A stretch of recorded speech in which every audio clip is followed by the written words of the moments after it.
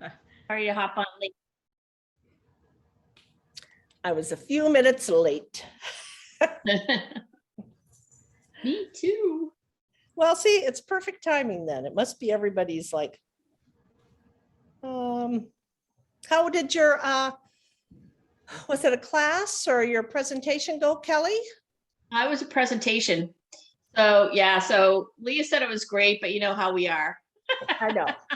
Oh, this is wrong, and that was wrong. And I had trouble sharing my screen. It just kept making everything really small according to the facilitator. So, but you know, live and learn. You know, it was good. It got kind of thrown off when I couldn't, you know, share my screen. Yeah. Some of the photos I had kind of, you know, demonstrate or, you know, showing how like lead works. So that was a little disappointing, but glad it's over. Yes, absolutely. And I'm sure it did go well. Yeah, I'm sure it was fine. I I'm gonna go with that anyway. That's right. Let's go with Oh, you were there, right, darling? Yeah, I was there. I caught it. It was okay. You recovered well from not being able to share. It's a, you know, just technical glitches. Yeah. Yeah. It's a pretty big organization, so I felt a little bit of pressure there. But other than that, they're really gracious and everybody, it was, you know, it was good to do. It was also really weird, like looking at a blank screen after teaching so much and having everybody up on the screen and being able to, you know, see everybody and how they're reacting and everything. You're just looking at a blank screen. So that was really kind of weird too. Yeah, it is weird. I mean, because you're like used to being in front of people, right? Yeah, and you get a lot of feedback from people's, you know, mannerisms and facial expressions and everything like that. And, you know, just staring at a blank screen. I don't know what's going on out there.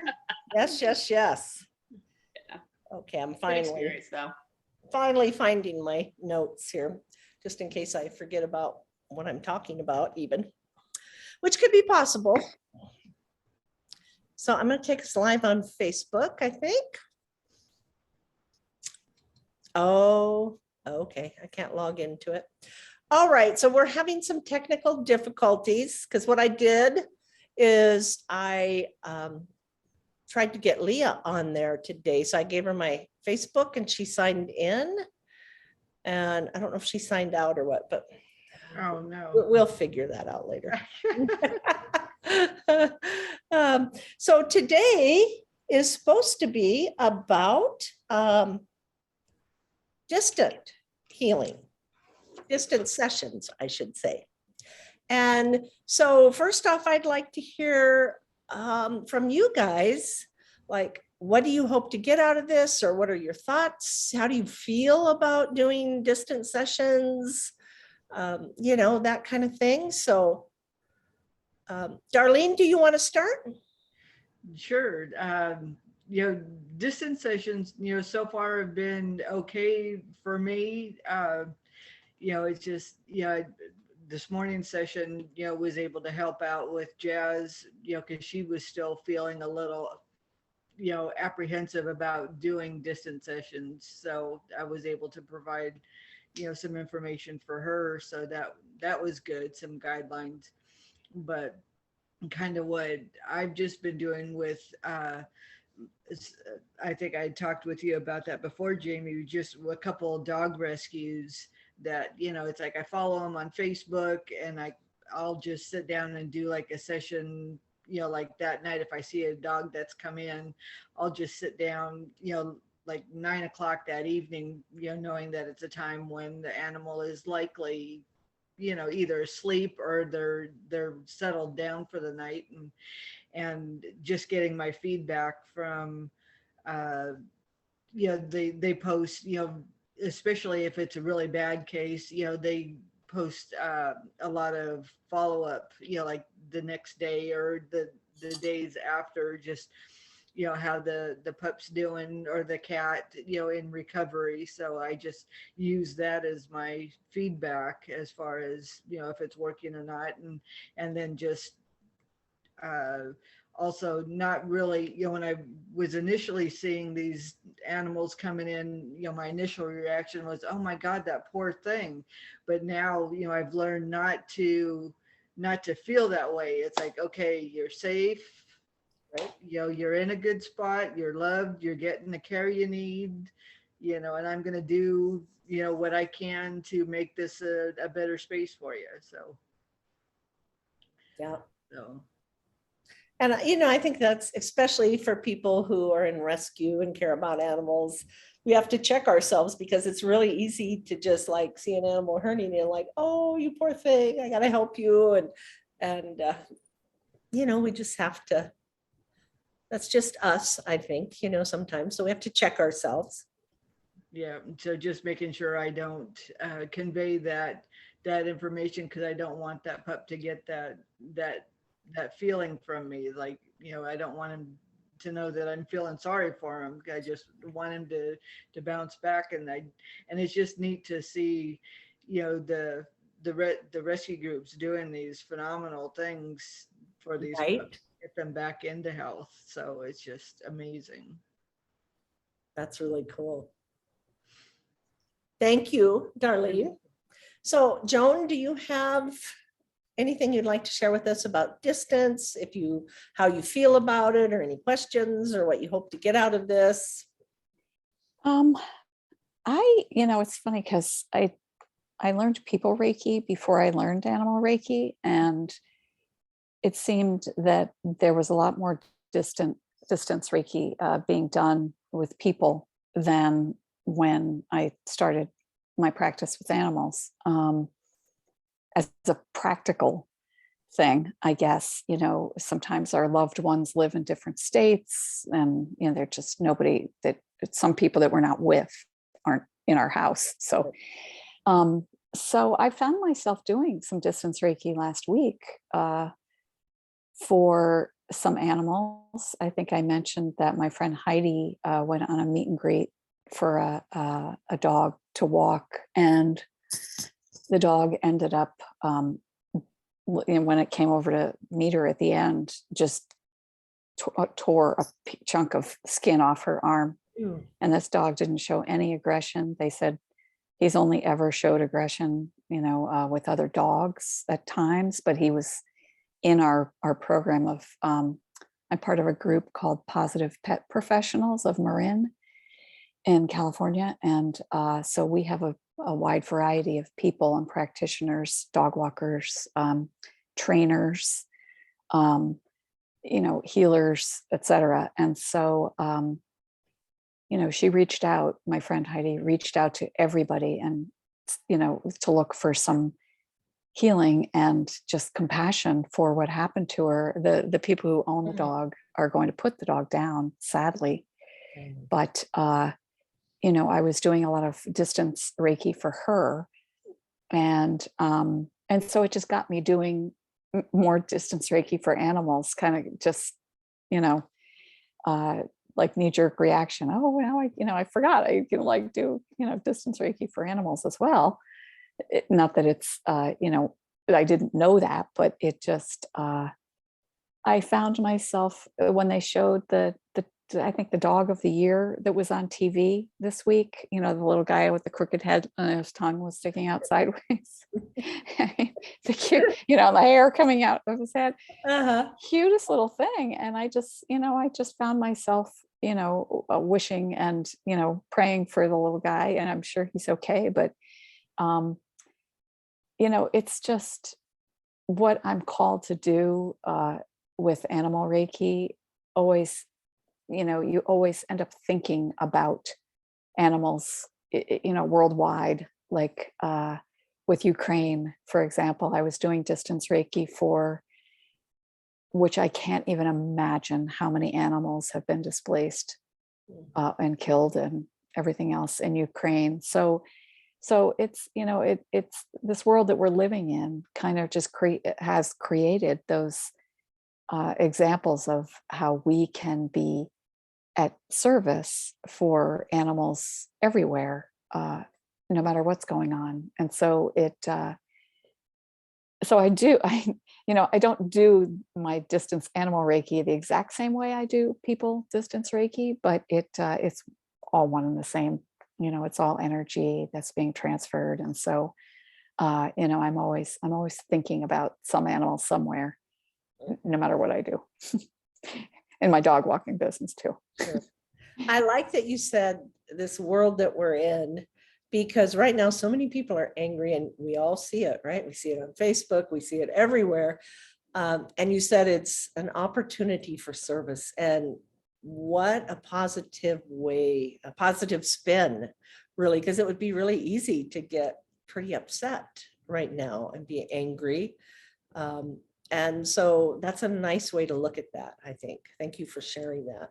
Yeah, and one last thing is that the group of hens and well, actually they're not all hens, but chickens that I work with, the sanctuary that I go to once a week, they came in with a very sad story, but malnourished, and I think I told you the beaks were not trimmed the proper way, and the whole bottom beak is like open, and the top, there's no top beak, so their little tongues dry out. It's very sad. But the more time I spend with them each week, and I see how utterly happy they are. I mean, I think they're just so innately grateful for where they landed. And, sometimes when I look at them, I feel very sorry for them. But on the other hand, I thought, that's all they know right now, just for today.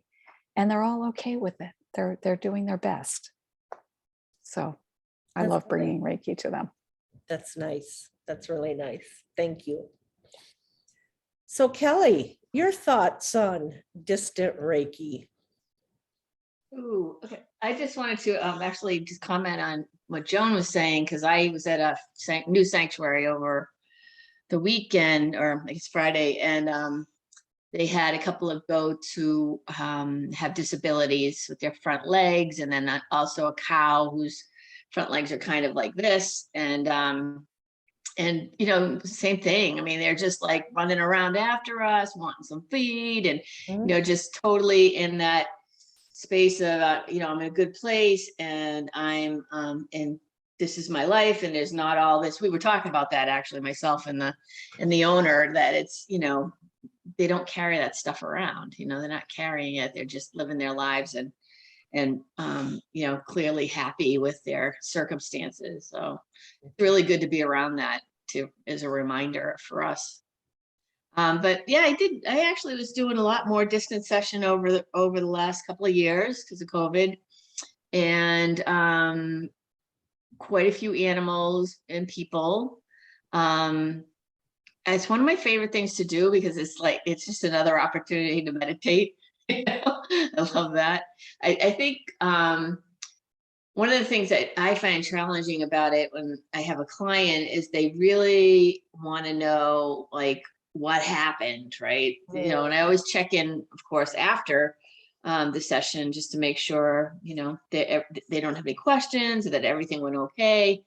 And there's always this sort of unstated pressure of I need to tell them something that happened, when, that's not always the case. And I know that I don't have to do that, but that comes up. It's well, I'm also, it's not my habit to go into that space and then make notes of what I'm experiencing. I just trust the process. And so sometimes things are memorable and I can share them, but for the most part, it's really funny. And I let people know that that oftentimes I'm not feeling a whole lot, and it's important for them to observe the animals and stuff over the next couple of days, that kind of thing. And so that's always been a sticking point where people really want to know, what did you feel and what this and that. And it's a little easier to explain when you're working with a human, that you need to recognize what you're feeling, because people want to help the animals so much. They want to know something happened to make a difference.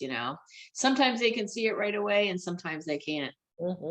And sometimes they don't, they don't ever see any results. And so, they don't see a result after one session, so they won't book another.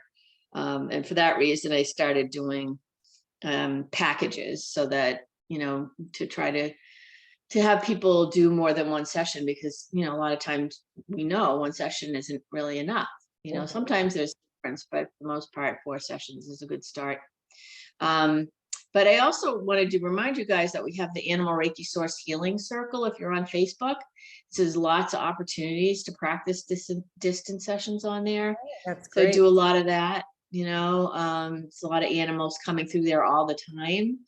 And lately, for my practice, my daily practice, I've been inviting in all the kittens and cats at the Humane Society where I volunteer, because I've got a pretty bad respiratory infection going around. And so I can't really go in right now. And I've got 2 cats here too. So it's, I really don't want to risk them, but I can't go in the cat rooms. I can't go in the intake room. So, and I'm moving around by cats while I'm going to the dogs. So they're really asking people not to come in until after the 5th, but I've been doing it from here, just sending Reiki to the cats, and I let them know I'm doing it. And then during COVID, when they were shut down to people, the staff would oftentimes tell me, oh, this dog came in, really could use some Reiki, or that cat. So they were giving me some assignments, which was really nice. I can't always get them to do that because things are slow enough for people not coming in where they could, reach out to me and just give me heads up when they needed some help. That's great. And what great reminders. And I do that too, like just in my daily meditations, I always try to invite, somebody in that I know maybe might be open to it. My friend has this, she moved to Minneapolis, but she has this 15-year-old little Chihuahua, Norman. And Norman used to come over and, hang out with the littles, and he's getting older, and, he has some issues. He has a heart murmur, it's at the highest level. So, and it's just so easy to invite him in and, have him come into the space if he wants. So there's lots of ways that we can bring that distant Reiki in. And I love that you mentioned the Sarah Facebook page. Yeah. It's Animal Reiki Source though. Oh, it's Animal Reiki Source? Yeah, it's okay. Kathleen's page, yeah. Okay. But there's so many people on there, and oftentimes, not so long ago, Missy at the farm sanctuary where I do a lot of stuff, one of their sheep, something, I forget what it was that happened to them. I don't know, but anyway, something in the grain, they got some disease, but anyway, so she let me know about it, and so then I put it on the page, and actually, like 2,000 people or something see that, right? So there's a lot of people, lots and lots of people sending Reiki, and I always do follow-ups on their what's happening. And this one particular, she lost one sheep from it, and the other sheep made it through the whole thing. Listeria, I guess it was. Yeah, so it was really surprising, and it didn't spread to the flock, which was great. So that's another thing that we can offer to our our shelters and sanctuaries, if we want to work with those, that we have this big group of people who are happy to do distance Reiki.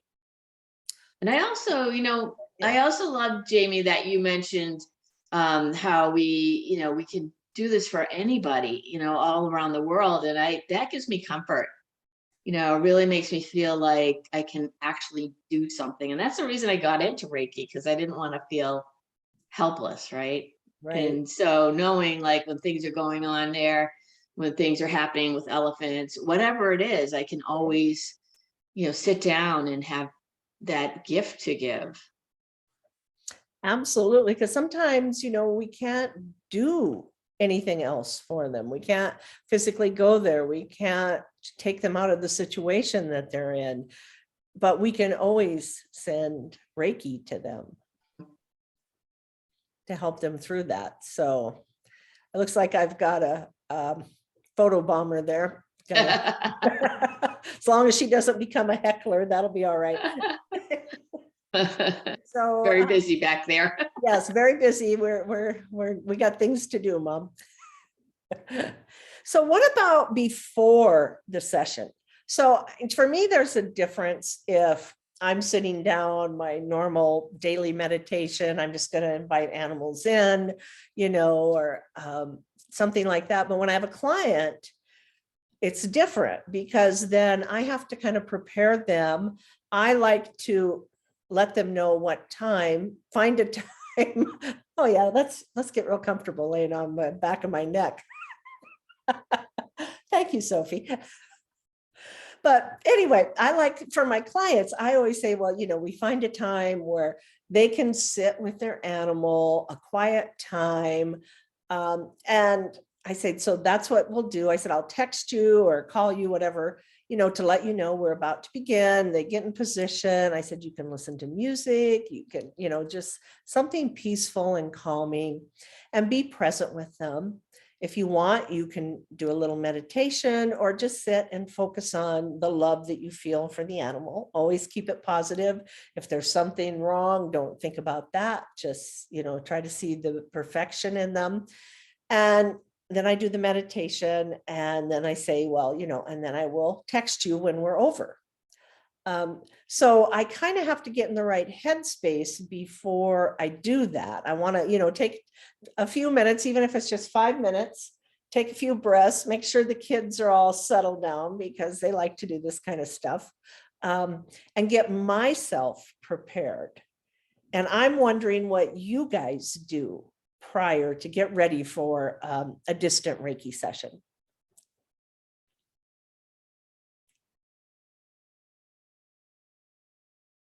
Is there anything different?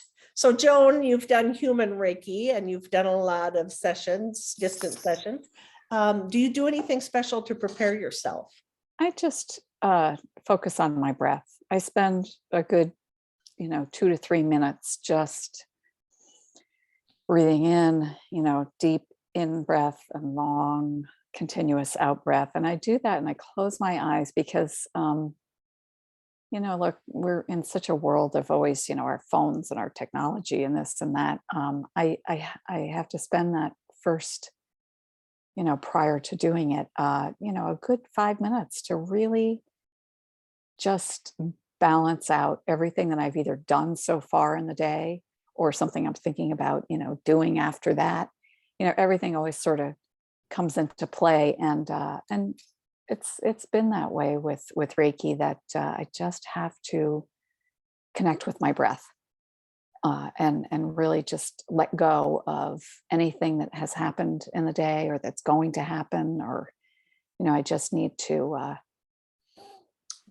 slow everything really down very slowly in order to be able to connect, because I can't connect if I'm thinking.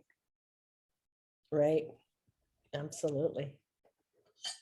Darlene, were you going to say something? I saw you go for your button.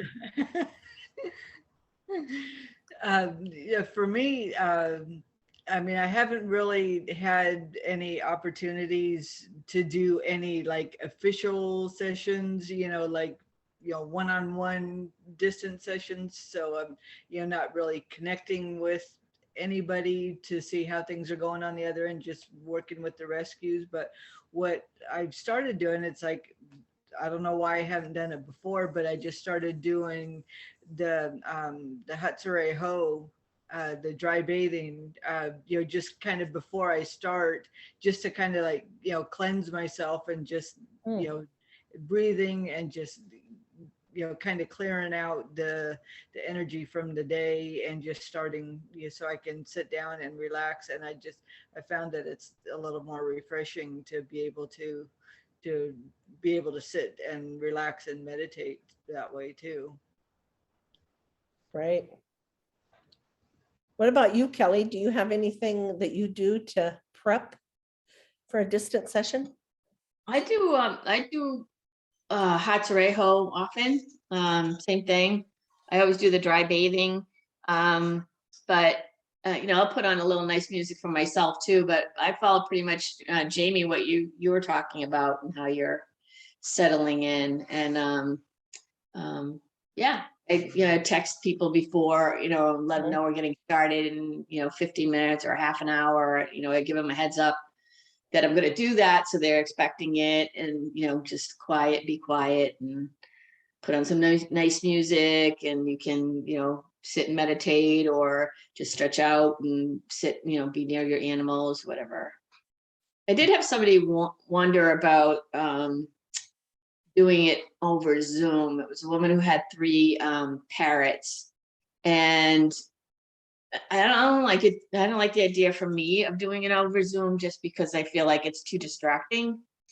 And you know, it's one more, you know, it's the screen again, right?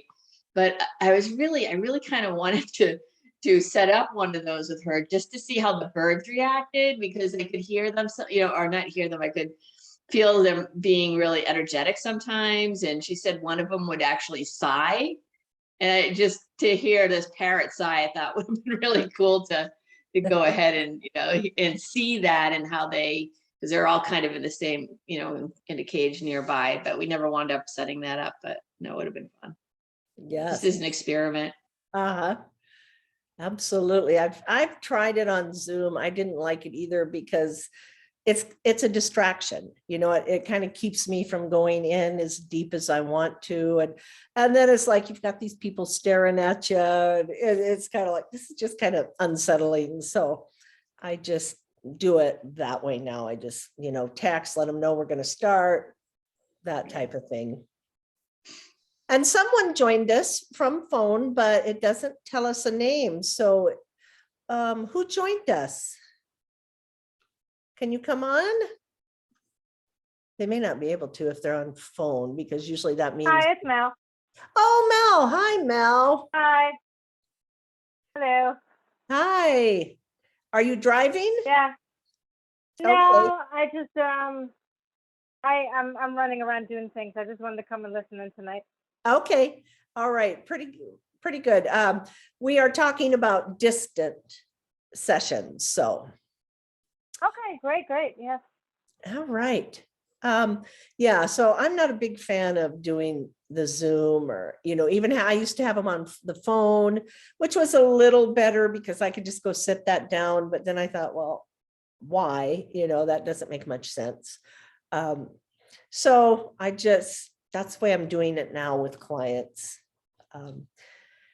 And I do have, and when you talked about music, I just want to say that's really powerful, because that can really drop you into that space quickly, especially if you use the same music. I have a client, Burton. He is a nosework dog and an elite grand champion now. And so I used to go to his house once a month, and then he would come online and come to the Reiki circle that I used to do.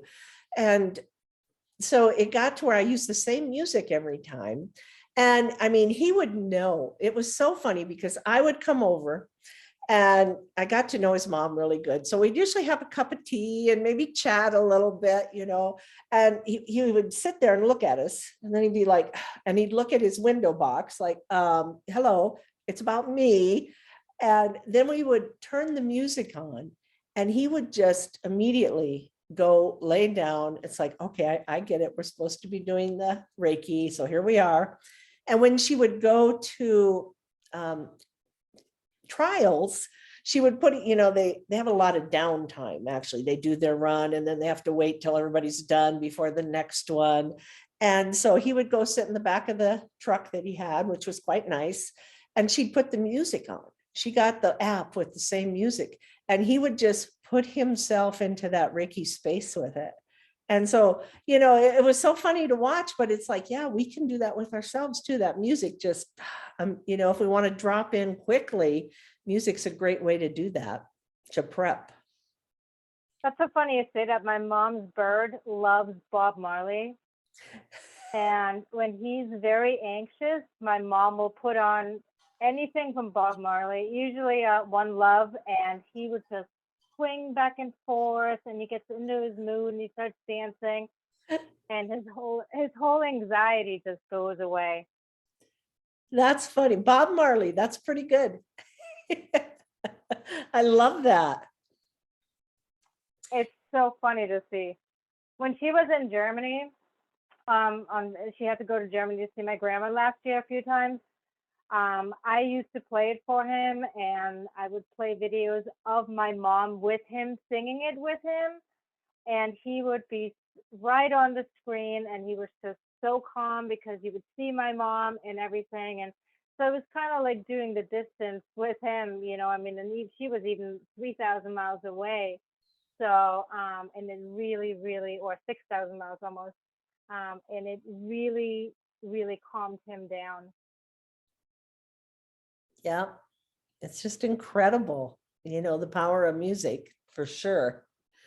I love that. Thank you. So Kelly, you mentioned something, and I think it brings up a good point, like how we prepare the people for, the caregivers for a distant Reiki session, because I too constantly get, oh, what messages did you get? And, people really don't understand, the difference between animal communication and Reiki. And I've even been introduced in a big group of people as an animal communicator, and it's like, and it was by a friend, and it's like she had no clue. And like, gosh, oh my gosh, okay, I won't say anything right at the moment, but so yeah, I get that a lot, and there's a lot of pressure put on that, because it's almost, you feel as if sometimes that if you don't tell them something, then they're going to think, well, nothing happened, they didn't do anything, because they really want some kind of message. And sometimes I get visions. I can't say they're a message, I'll just have flashes of things. I know I was working with this gal. It was like when I first started, and she had a cat, and she was like, what did you see? What did you see? And so finally I told her I did just have a flash. And I said, I don't understand it. I said, but I saw this monster, and it was like this, had big furry, face and like a mane around it. And it was stuck its head over a wall. And I said, but that's what I saw. I don't know. And she's like, oh, I know what that means, because apparently her cat had gotten up on the wall, and there was a big husky that lived on over at the next house, and it jumped up and grabbed her, and she had to have stitches and stuff. And so she said, I'm sure that's what it is. And I'm like, okay. It's like, and it, I guess that helped her. But a lot of times it's, even when I do see things, I sometimes wonder, well, maybe that's just the animal showing me something. And it doesn't necessarily mean that they want me to share it. And I don't even know what it means, because it's always things like that, just flashes of things. And so I like to try to explain that to people before we even do the session, that, I'm not an animal communicator. I go in, I become quiet. I might get some kind of message or, see something, but it doesn't mean I'm going to understand it. And it doesn't mean it's going to happen, because I'm just holding space. And so, Kelly, how do you explain it to people? I say the same thing. If I go to somebody's house, I tell them it's going to be boring watching me, but they can certainly join me and observe. But I usually tell them just to, to relax at that time, and then, put on their own music, and, do maybe some deep breathing. But, if they want to observe their animals, that's great. And, there can also be more animals in the house than the one they asked me to work with. So, I also let them know that I don't I often send just to the whole household. Pretty much that's what I'm doing. You can't just say, it's only going to go to this one animal if there are other animals in need. And I have had that happen where they asked me to work with a specific dog, and they had 3 dogs, and that dog didn't seem interested, but one of the other dogs would crash every time. So I, kind of give them a little overview of how that can happen, talk to them about the healing reaction that's possible to happen. Good point. Yeah. Yeah. And, sometimes that can freak them out a little, but, if I just try to, let them know that it's, quite similar to what we have if we, have the sniffles after doing energy work, or, the body's just rebalancing. And then I, let them know I'm there for support post session. So if that should happen.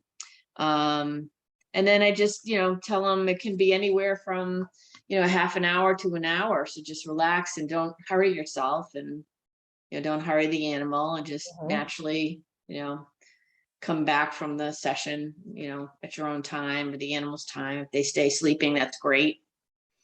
Mhm. Trying Yeah, to find the right time of day, I think is, key as well. right. Good point. Yeah. Not near food time. Like here at my house at 5:30, you better not be doing anything but feeding. Yes. Yes, mine is the same way. It's like, okay. And now that I'm home more, they're like, it's getting a little bit earlier and earlier because they drive me crazy. It's like, we must eat now. It's like, it's 3.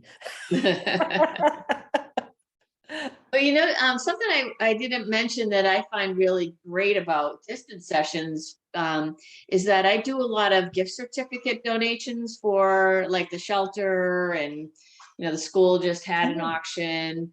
And so I don't have to concern myself whether everybody's going to be local that goes to the auction, because I did actually do one time. I was like human sessions for Rutland County Humane Society, which is near me, not thinking that it's like now those auctions are nationwide now.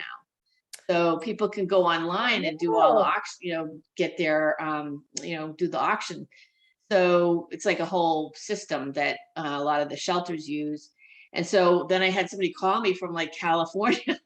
Like I got your session, but I live in California. So then we just set up distance sessions. So I'll say like 2 distance sessions or 1 in-person session or something like that. But it's nice to have that advantage because I donate every year to Wildlife SOS. Oh, yeah. So they get my gift certificates for distance sessions, and it's great. People from all over the world, do that one. And Mhm. it's a good way to get your name out there, but also do really good work.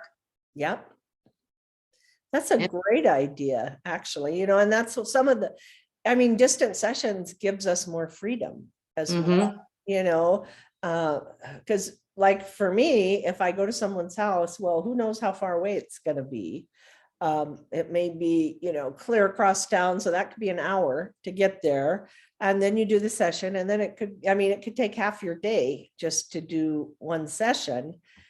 Whereas with a distant, I can be working and then set an alarm, not like what I did today. I was working and then looked up and went, but and then just get ready and go into it. And so it saves me a lot of drive time, all of us probably, which is nice. Yeah, I have the same problems, a lot of driving otherwise. And like Joan, I started with people. So I'm really paring it down because I used to drag my table all over town and do sessions. And then it was animals, but I go to houses, and now mostly it's distant. And it's just like really nice not to even have to leave the house, get dressed, just be right down here in pajamas or whatever. I was the same way. I used to drag that table around, and it's like, and it's like, no, I don't want to do this. And then, even just go into the animal's home sometimes. And then now I'm just like, what, we'll do distant. It's fine. Yeah. Yeah. And I don't know about you guys, but I feel like it's more powerful to me because there's nothing distracting me. I'm in my meditation space. Yes. I'm not moving around, or I'm not watching the animal. I found it with people first, and then, I'm not watching what the animal's doing constantly and how the person is feeling or looking, and, what their reaction might be. So it really removes all of that external stuff. And I'm just sitting here going deep. Yes, I agree, Kelly. I found that too, because I do think it is. I hear back more from distant sessions where they've noticed a change. And I think it's because you're right. We shut out all those distractions. We're in our home and we can just go inward, and it's not like you're in a new place and the animals like wondering about you. What are you doing in my home? Or, any of that, even, or if you're at a shelter, there's a lot of distractions. But the irony is we have to get over that hurdle of you do what? How does that even work? Right? Because it seems even deeper, from what you're saying, and that's my experience. And then, but, and that's the ideal session to me. But then you have to get over that part of like, yeah, it's a really beautiful session. We don't have to be in person. And people like, how does that even work? Yeah, that's hard to explain. It's like, Darlene, you had your hand up. I was gonna say, what about, like how when you adopt from a shelter and they have like little care packages that go with the animal, usually a little bag with some different things, having like one of our, flyers in there and offering, free sessions, Mhm.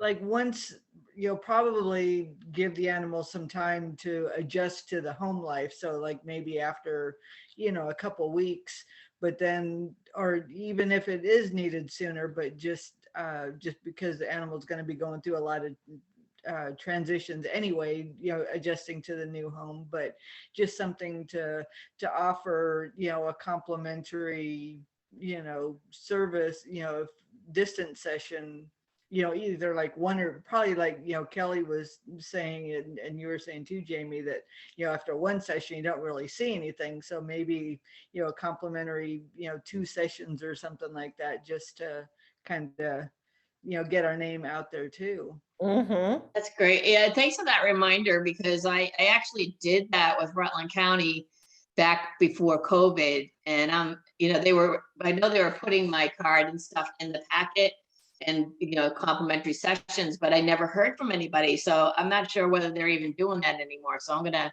check on that when I go in next time. But yeah, I thought that would be a really great way to help animals transition into a new house. And they were all on board too. So, it really helps them to have an additional, offering when, people are bringing their animals home, Yeah. besides just the regular coupons for food or whatever. Yeah.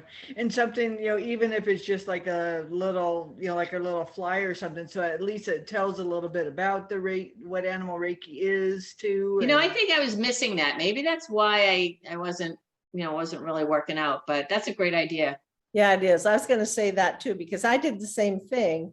I just put like a little certificate, but I didn't explain what Reiki was or anything. And I never got anybody that called me. I gave it to the rescue group, and sometimes the rescue group wasn't too together. I don't know if they put it all in the baskets or what, but even if they did, I wasn't getting calls. But I think that's a good point, because I didn't have some kind of little flyer explaining what animal Reiki is, the benefits.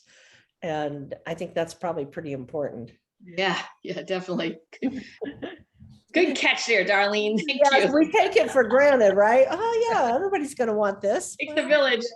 They don't even know what it is. I love it. I love it. Thank you, Darlene.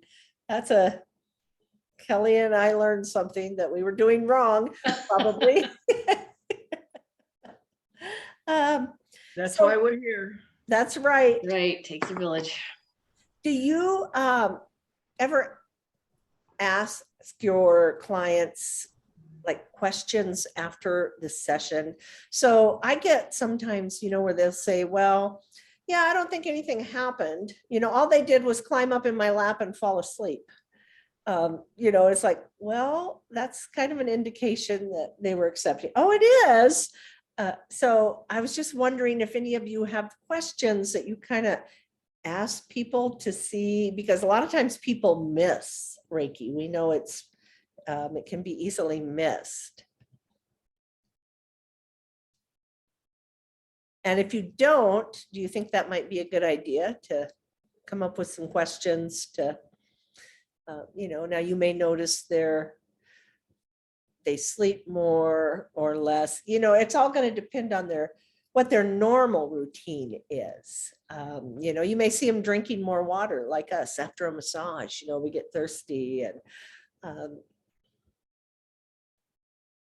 but I think that can be a good idea, because we want them to be looking for things that are quite small, because otherwise they're going to think probably that, well, nothing happened, and nothing happened because they expect fireworks and big things.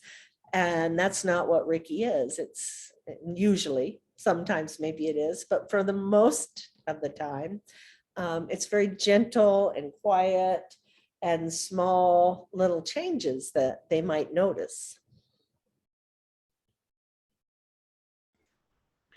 That would probably be something good to, have again, even on just like a little, sheet, things to watch, even if it's like an email to them or something, just, after the session, here's some, subtle things that you could watch for, and just like you're saying, are they sleeping more? Are they drinking more? Or, just any slight behavioral things, you can, even make it like a little, checklist or something like that, that if they, something to watch for these kind of behaviors, just to kind of give them an idea of what to watch for, because like you're saying, maybe they don't notice anything, but because it could be so minute and they're not really paying attention. But if they have, like me, I'm kind of a visual person, so that even if it's just a little, small, checklist, not too many options, you don't want to overwhelm them, but just something, here's some things that you may may want to watch for. Right. That's a good idea too. All about educating the caregivers. Yeah. So, well, we're almost to the top of the hour. Does anybody else have any questions or comments? Distant Reiki or anything else? I just wanted to, you made me laugh when you're like, the person's dog gets in their lap, and well, the dog just got in my lap and fell asleep. And it just reminded me of when I used to do a lot of Reiki at the hospital, and people would just be like, well, I feel relaxed. It's like, how often do you feel completely relaxed? It's like, it's not sinking in. It's so funny. I wonder why needs to that be a is. burning bush or something. I don't know. I wonder why that is. Are we so, I don't know if we expect it to be something else, if people have Some that. big drama. Yeah, I mean, are we Yeah. we have so much drama in the world that if it's not drama, we don't even recognize it anymore? Because yeah, a lot of people do that. Well, yeah, they climbed up in my lap and fell asleep. It's like, because they were sure nothing happened. Nothing happened. The cat didn't accept it. So I quit. But it climbed up in my lap and fell asleep. Well, that's a good sign that they did. But yeah, I think we need drama, right? Some people. All right, well, let's get situated to do a meditation if you ladies would like. Oops, okay. Got a dog down there. And let's just start sitting with our spines straight. And let's just take a couple of deep breaths to release any tension of the day. Every exhale, just let go what's not serving you.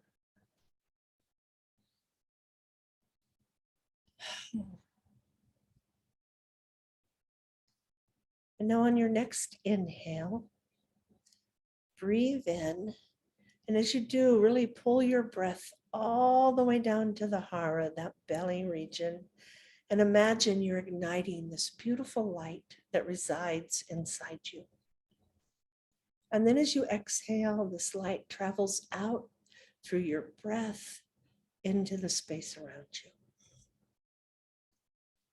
Take another breath in, pull it all the way down to the hara. And now it ignites that light and it grows brighter and larger with every breath. And then exhale the light out into the space around you. Take another breath in. Your whole body is being illuminated now. And then exhale that light outward. Breathe in. And exhale out.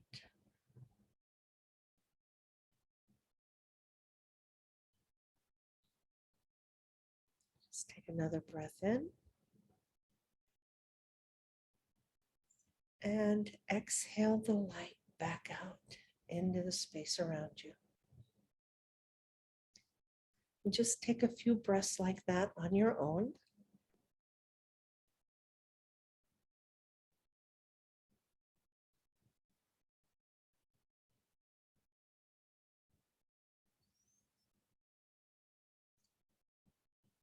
And by now, your entire body is illuminated. You are just a being of light in this moment. Universal light connected to all life.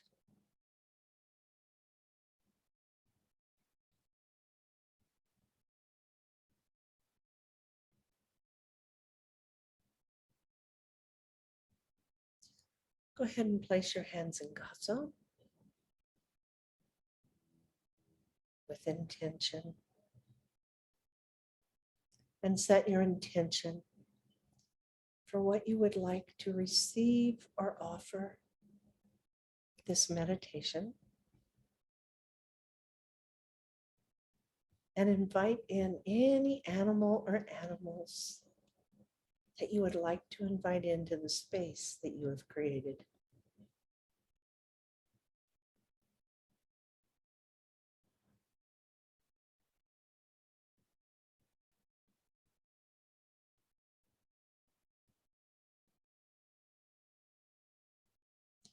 And now you can place your hands in your lap if you like, or you can leave them in Gazo, whatever's comfortable. And now, this time, take a slow, deep breath in. And then hold it. And exhale.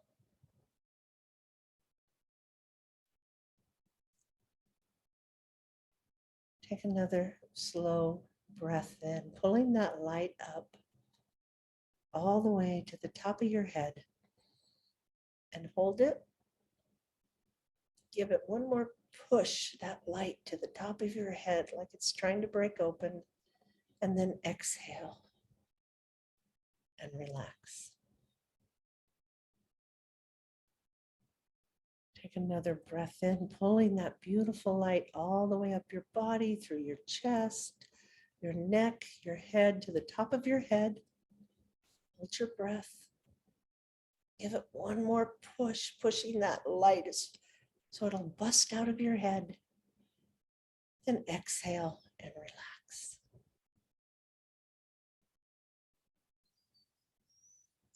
Now let your breath find a natural rhythm.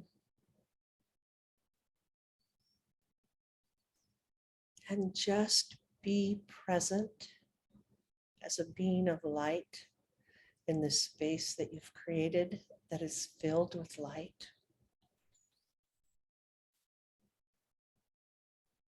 See the animals that have joined you. Let them know however they participate in this space is perfect.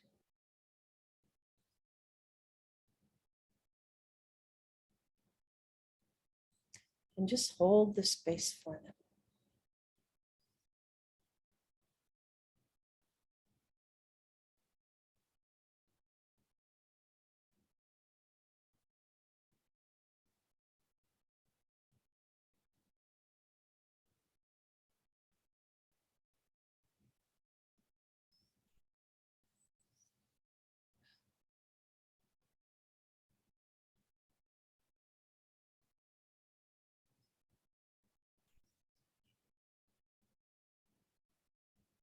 Now go ahead and place your hands at Gaso. Give thanks to the animals. However they joined you was perfect. And give thanks to this beautiful energy that resides inside of us,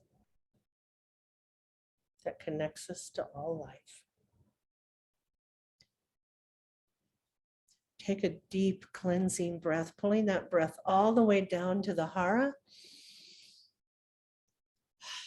Release it. Come back into this room, your body. And when you're ready, go ahead and open your eyes.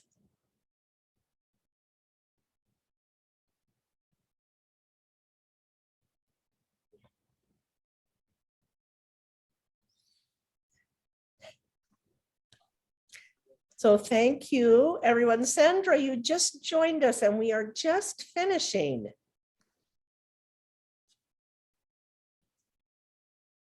I don't know if you wanted to say anything very quickly at the end.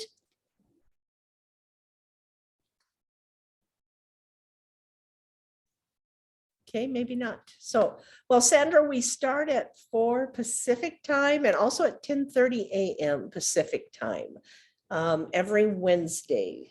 So I think Leah and I are going to take next Wednesday off for the 4th of July. We're talking about it, so we may not be on next Wednesday. But we have a chat. Okay. Oh, yes. Darlene had to run. She had Leah's class. Absolutely. All right. Well, I thank everyone for coming on. Thanks, everyone. It's See a you. great, great hour. Thank you. Thanks so much. Bye-bye, ladies. A great evening. Thanks. You too.